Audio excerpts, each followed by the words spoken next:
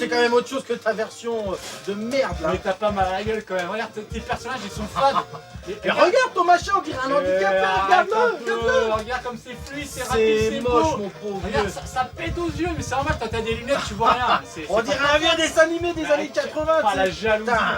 Eh, t'es moi en de plus, mauvaise sur la foi, Master c'est System, je horrible. joue quoi? Je joue en 60 Hz. Ah, J'ai et pas la des belle transports affaire, comme la toi, belle là. affaire. Et alors? Et puis moi je peux jouer à deux quand t'es tout seul. Le jeu est beaucoup mieux. Mais Mais non, ouvre arrête, tes yeux. arrête, comme Tu c'est beau les veux. graphiquement. Bah arrête, j'en ai pas besoin, tu rigoles quoi. Oh là là Elles sont là là. pourries. Ah, Mais regarde le il faut- pantin là. Écoute, il faut que tu acceptes, la Master Non, System, c'est la meilleure console des années 80. T'es de Il faut- mauvaise Il foi. faut que tu l'acceptes. C'est Accepte-le. dingue, c'est Tu verras, incroyable. tu te sentiras mieux après. Accepte-le, accepte-le. Eh. Putain, s'il pouvait y avoir quelqu'un pour le départ. Ah là mon gars, ah là, J'ai je suis raison. d'accord. Ah, franchement. Eh là, tu sais, j'aurais Attends. les boules de cristal mon gars là. Putain, J'invoque Shenron mais quand direct tu veux, là. quand tu veux. Et là, il va te faire voir que la NES est la meilleure des consoles. Putain, mais c'est quoi ça?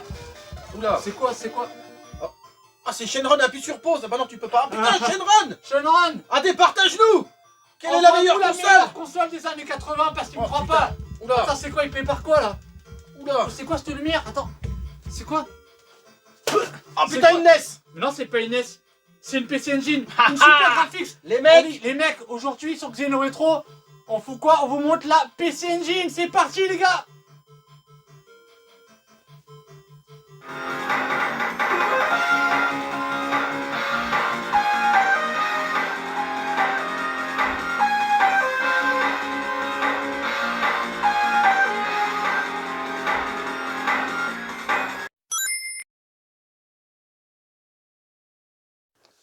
Salut les amis, Salut c'est les mecs. gamers. Ça, Hello, c'est- ça va la forme tranquille? Bah ouais. Ouais ou quoi? Ah, du coup déçu, c'est pas la Ah, NES c'est quoi. ni la Master System. Voilà, chacun C'est ça. On a pris une campé claque, sur là. ses positions, mais ouais, On a pris exactement. une gifle, hein. On a découvert que bah, c'était pas nos consoles de cœur, visiblement les Non. meilleures consoles, la meilleure console des C'est années ça. 80. Parce que bon là on sort d'une soirée qu'on a fait hier soir où on a vraiment dosé la machine. Et faut reconnaître putain que vraiment elle est au-dessus. Hein. Mais C'est large. clair, c'est clair. Et ceux qui ont eu la Large. chance de connaître à l'époque du coup la fameuse PC Engine, franchement ces gens-là ils étaient quand même bien gâtés. Ouais. Donc pour la petite anecdote, il faut savoir que bah, la PC Engine elle est sortie le 20 octobre 1987 au Japon. Donc c'était une console avec un processeur 8 bits, mais elle avait une carte graphique, une puissance graphique de 16 bits. Donc elle était quand même en avance sur son temps, et c'est pour ça que bah, du coup c'était une console qui claquait et qu'elle mettait quand même un sacré tollé à la Master System et à la Nintendo NES. Oh, si, quand même. Donc ensuite elle va être revue et améliorée, et elle sortira du coup, elle ressortira en 1989, en décembre 89, et ça sera du coup la Super Graphics. Voilà. Ensuite viendront des adaptations CD, mais là on va vous présenter du coup nous les versions cartouches. Donc on vous les montre maintenant. Donc c'est beau. voilà, ça c'est une NEC PC Engine, voilà, en boîte complète, d'accord, dans un très bon état. Qu'un ami Lionel encore, un bon ami que j'ai déjà parlé de lui, qui m'avait vendu, qui l'avait ramené du Japon.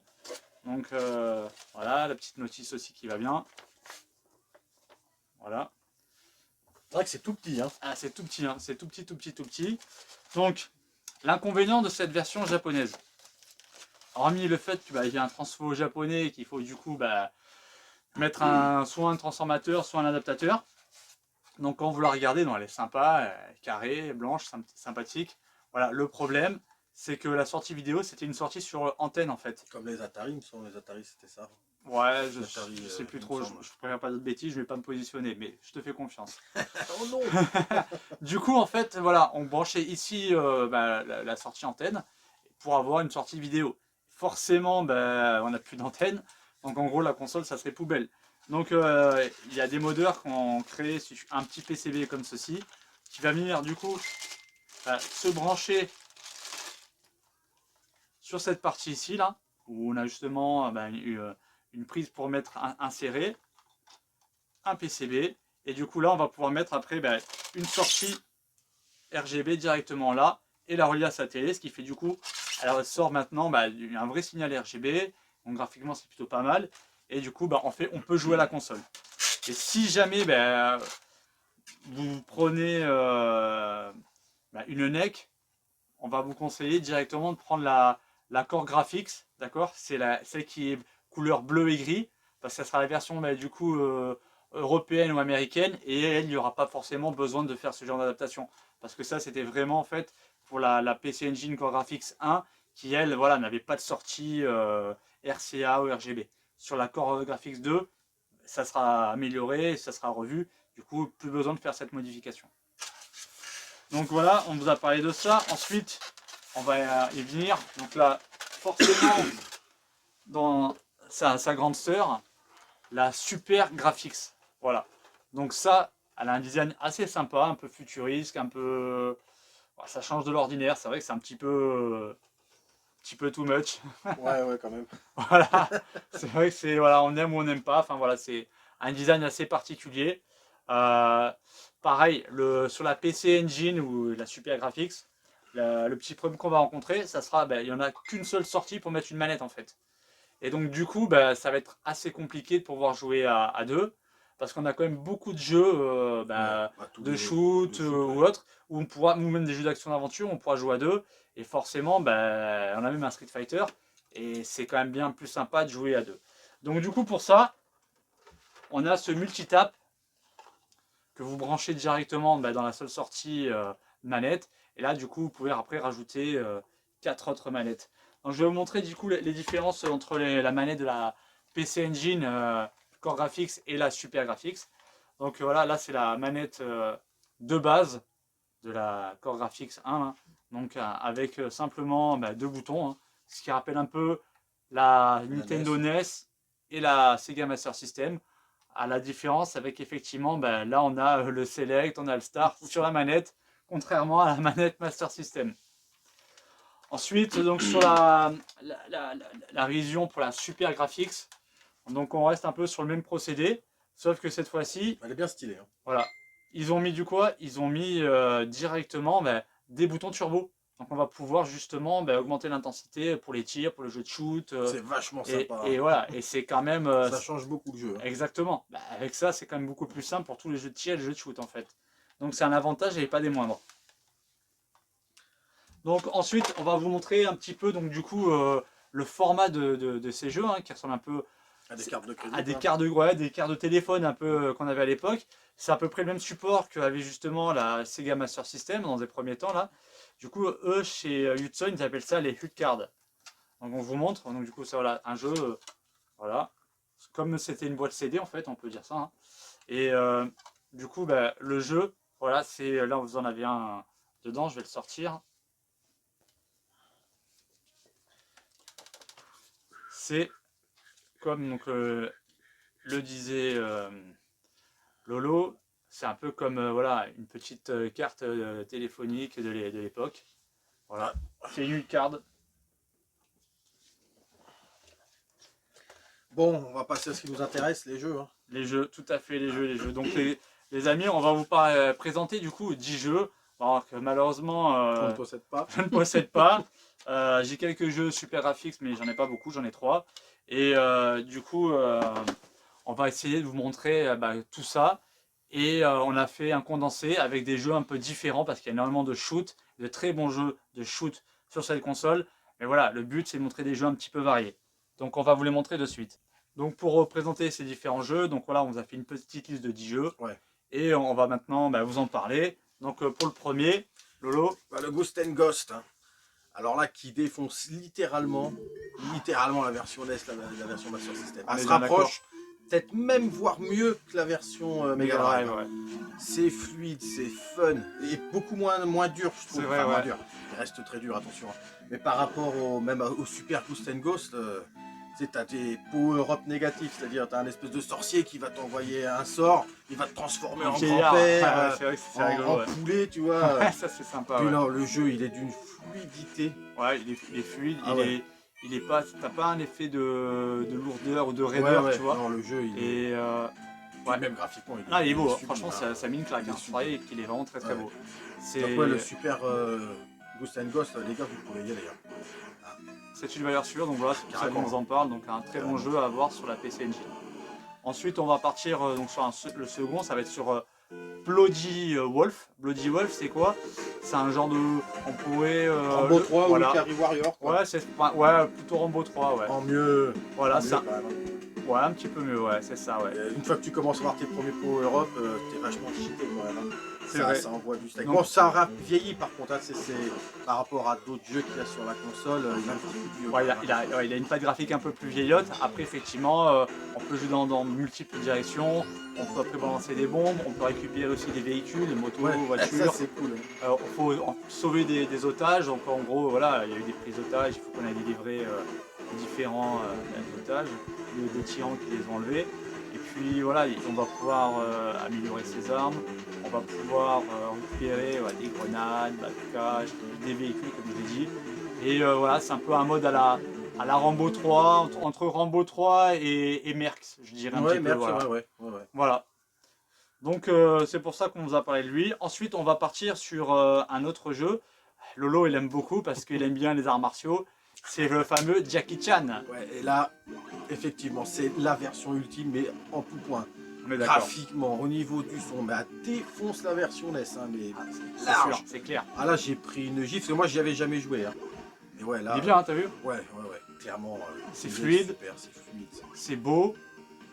Les sprites, même le sont assez sprite, le gros. petit Jackie sur NES, tu sais, il est un petit peu petit, un peu bouffi, tu vois. Ah là, il est bien modélisé. Sprite, il est très très sympa. Les pouvoirs que tu peux faire aussi quand tu récupères justement ces petites capsules violettes là. Puis l'OST est plus joli, t'as vraiment l'impression d'écouter un CD, tu sais, sans trop exagérer. Très belle réalisation. Puis d'ailleurs, en fait, la petite histoire, en gros, c'est Jackie et sa sœur qui protègent justement la Chine.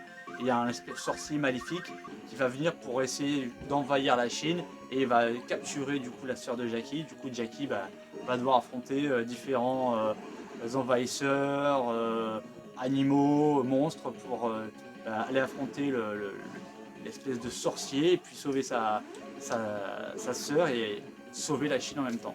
Voilà, franchement, c'est vous le très conseille. très bon. Si vous avez aimé la version NES, vous allez adorer c'est obligé. version. C'est obligé. Voilà, ensuite, on va partir du coup maintenant sur le Street Fighter 2 Champion Edition. Donc, que dire? Pour un jeu qui est censé tourner en 8 bits, fausse 16 bits, il est très beau. Il est très beau graphiquement. Par contre, bon, il a le même défaut que la version Mega Drive, quoi, t'es obligé d'avoir avec deux boutons en même temps, c'est vrai. Ils auraient été plus simple de mettre le bouton fort, point, le bouton fort, pied, et en rester à ça, tu vois. C'est vrai, c'est là, vrai. il faut appuyer sur Star ou Select. C'est compliqué. Ça te plombe l'ambiance. Surtout comme tu dis, c'est qu'en fait, sur cette version-là, vous avez directement le coup de poing moyen ou le coup de poing fort. Et il aurait été assez judicieux, le mec là, Hudson, de faire le coup de poing simplement fort et le coup de pied simplement fort en fait. Parce que limite, t'as peut-être pas forcément besoin des autres et tu pouvais très bien jouer comme ça. Donc là, du coup, avec les manettes de base, comme on vous a montré, c'est carrément pas possible. Du coup, on vous conseillera obligatoirement, parce que moi j'ai le jeu, hein, mais il faut avoir une manette 6 boutons. Je ne possède pas malheureusement. Mais par contre, voilà, graphiquement tout ça il reste pas. Il est très beau. Très beau. Un peu plus lent, on va dire. Exactement. Et voilà, pour chipoter. Il n'y aurait pas ce problème de star là, on pourrait y jouer sans problème. On est d'accord. Ensuite, on va partir du coup maintenant encore sur un autre jeu. C'est un bon jeu de shoot. Alors il y en a énormément de jeux de shoot, mais celui-ci on voulait le proposer, c'est le Superstar Soldier. C'est vraiment, alors c'est un jeu vertical, c'est rapide, c'est fluide, c'est beau, ça envoie de partout. Il y a énormément de power-up. Hein. Et d'ailleurs, il faut prendre le power bleu et rester sur le bleu. Voilà, parce qu'on a différentes couleurs avec du coup en fonction des couleurs qu'on va prendre, sur le couleur or, hein, ça va être sur le feu. Le vert, ça sera des éclairs, c'est ça. Et avec le bleu, le bleu, c'est des gros anneaux, t'en as plusieurs, et puis ça va vite. Voilà, puis après, un peu comme un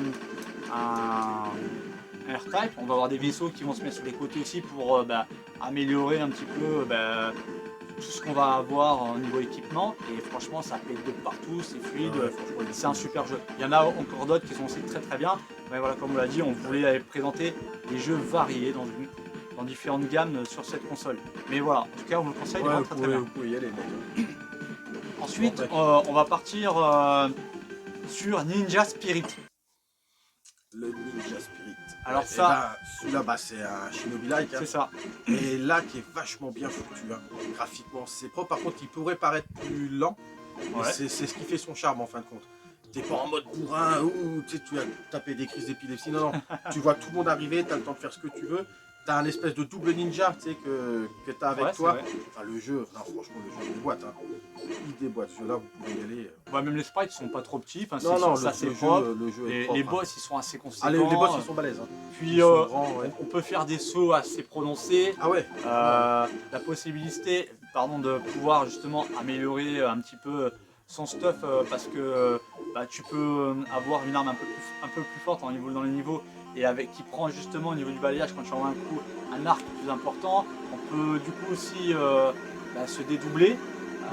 Je sais pas si tu en as parlé, on peut se dédoubler, on peut partir à 2-3 personnages. Enfin, vraiment très très bon jeu. On va le comparer à Shadow Warrior ou à Shinobi, mais il est défonce. Hein. Ouais, c'est vrai, il est large. Beaucoup mieux. Alors, franchement, on vous le conseille, il est vraiment très bien. Ensuite, on va partir sur Legend of Hero of Tolma. Alors, ce jeu, c'est un jeu, on pourrait comparer un peu à la Wonder Boy 3 en fait. Ouais, c'est du mignonnet. Voilà, c'est très coloré. Au niveau, voilà, c'est un jeu action, aventure, plateforme. T'as des clés à récupérer. Voilà, on balance des petites boules de feu. C'est une espèce de petit. Ouais, un peu magicien. Ouais. Bon, le seul truc qui est chiant, c'est que tu peux pas tirer en hauteur. Quoi. Ouais, c'est vrai que ça aurait été pas mal. Ouais. Mais sinon, le jeu, il est d'une beauté. Ouais, il est très beau, très coloré. Il n'y a pas de raideur, on a une bonne prise en main. Ah ouais, tout de suite. Hein. Le gameplay est vraiment sympa. Les musiques sont sympas, les OST, franchement. Ouais.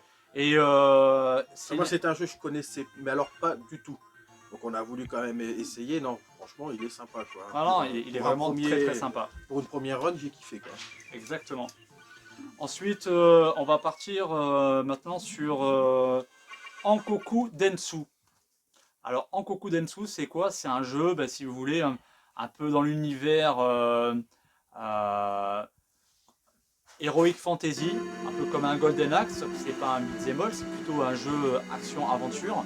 Et pour l'histoire, en gros, il y a un roi barbare qui est décédé, et il a ses deux fils, et les deux vont se déchirer pour prendre le royaume. Et l'un d'entre eux, du coup, pour avoir l'avantage sur son frère, il va faire un pacte avec les forces du mal, les ténèbres, et pour s'approprier l'Empire. Et du coup, c'est son autre frère, Zack, il me semble, qui va devoir justement combattre ces forces des ténèbres pour sauver l'Empire et devenir roi à la place de son frère. Donc, le jeu, il ferait penser à un Rastan, un mélange de Rastan et de Magic Sword. Ouais, c'est ça. Le jeu, il est super. Les sprites, ils sont assez hauts, assez gros. Ouais. Tu peux prendre des haches, tout. Enfin, il est bien. Il est fluide, tu sautes bien. Il y a des boss assez conséquents. L'univers est un peu glauque, un peu noir, avec un peu des monstres, des choses comme ça. Tu coupes un mec en deux, il continue quand même à t'attaquer. Il reste l'avant du corps par terre, mais il t'attaque quand même. Hein. Voilà, c'est pour ça, c'est un peu sombre, c'est un peu noir, mais. Le jeu il défonce. Hein. Voilà, c'est un très bon Graphiquement, jeu. La première fois que j'ai joué, tu te dis bon. Que c'est vrai qu'il n'est pas beaucoup détaillé le perso, mais par contre il est tellement fluide, il est tellement bon que tu passes vite. C'est ça, les quelques petits défauts qu'il y a, ils sont vite gommés quoi. On est d'accord, ça. Et le jeu il défonce les mecs. Un très bon jeu, on vous le conseille. Et ensuite, pour terminer, on va présenter du coup un des 5 jeux qui étaient sortis sur la Super Graphics, parce qu'il faut savoir donc, comme la Super Graphics c'est quoi? C'était une PC Engine Core Graphics améliorée, et du coup ils avaient fait à l'époque 5 jeux dessus, ils devaient en faire plus pour booster la console, la promouvoir par rapport à ses prouesses techniques. Et puis la PlayStation après sortant, il y a eu pas mal de consoles qui ont commencé après arriver, niveau CD, après la Mega Drive qui était sortie à la même époque, après qui est arrivée avec son Mega CD-OD, donc c'est pour ça qu'ils sont partis sur tout ce qui était CD. Du coup ils ont un peu abandonné le support cartouche, et du coup il n'y a que 5 jeux qui sont sortis dessus. Donc nous on va vous présenter Madoking Grand Sword. Donc c'est un jeu, on va dire, d'action. Ah oui, action-aventure. Action-aventure. T'as 3 robots. C'est ça. T'en as un rouge qui sert à rien. Clairement, le mec il s'est fait arnaquer quoi. Distribution des armes, toi tu sers à rien. Il a une grosse épée. Et puis voilà, il fait que ça. Voilà, il fait. Après t'as le vert, l'archer vert, ou celui-là. Par contre celui-là il est cheaté de ouf. il envoie des rafales, tu peux limite voler, tu sais. Ça, en démerdant bien, tu peux faire le monde limite sans en esquivant. En trichant un peu comme Laurent. Celui-là, il est super. Hein. Et le perso, il est super petit. Et puis t'as le dernier, le bleu. Hein. Et lui, il a une lance, bon, c'est pas super top. Elle est pas top. Hein. Mais après, par contre, il a un bouclier de protection. C'est ça. Donc, quand t'es dans la merde, bah voilà, tu es protégé. Et puis le bouclier en même temps, il tue les ennemis. Exactement. Après, graphiquement, c'est plutôt propre. Ouais, même les boss, hein, ils sont gros. Au début, tu affrontes le premier boss, c'est un golem. Un golem, ouais, c'est ça. Ouais. Et là, le golem, il prend 3/4 de l'écran, 3/4, j'abuse peut-être un peu. Une bonne partie de l'écran. Ouais.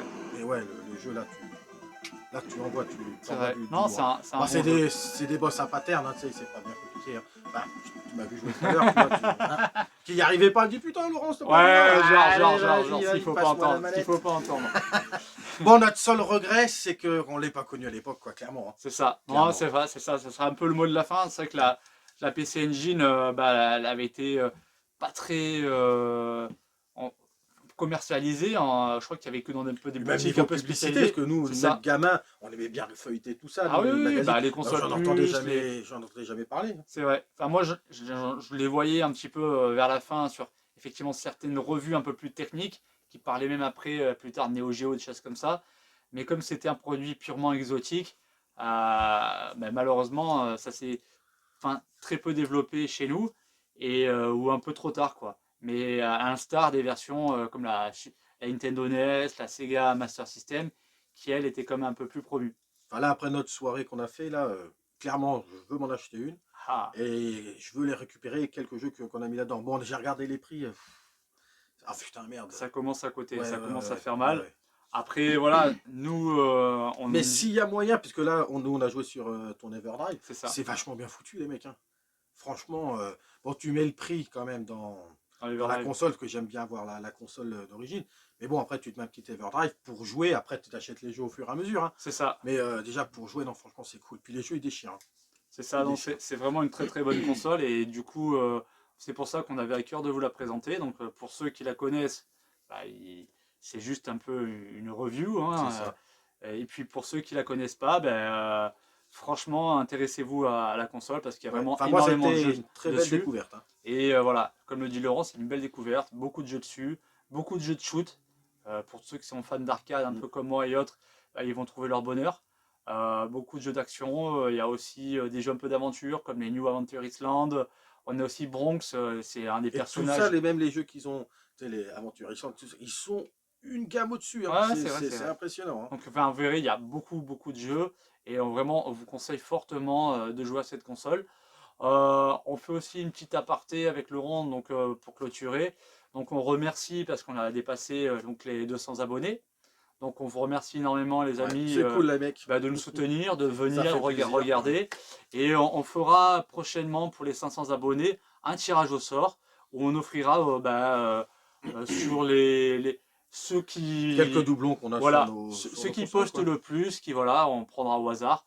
Et sur 5 personnes, on enverra des jeux rétro qu'on a en double et autres. On verra pour les offrir, pour vous remercier. Un petit tirage au sort. Et puis avec un petit tirage au sort. Donc en attendant les amis, on vous dit portez-vous bien. N'oubliez pas de vous abonner si vous regardez les vidéos, ça va nous aider à développer la chaîne. Et puis on vous dit à très bientôt et amusez-vous bien. Allez, ciao les mecs. Ciao les amis.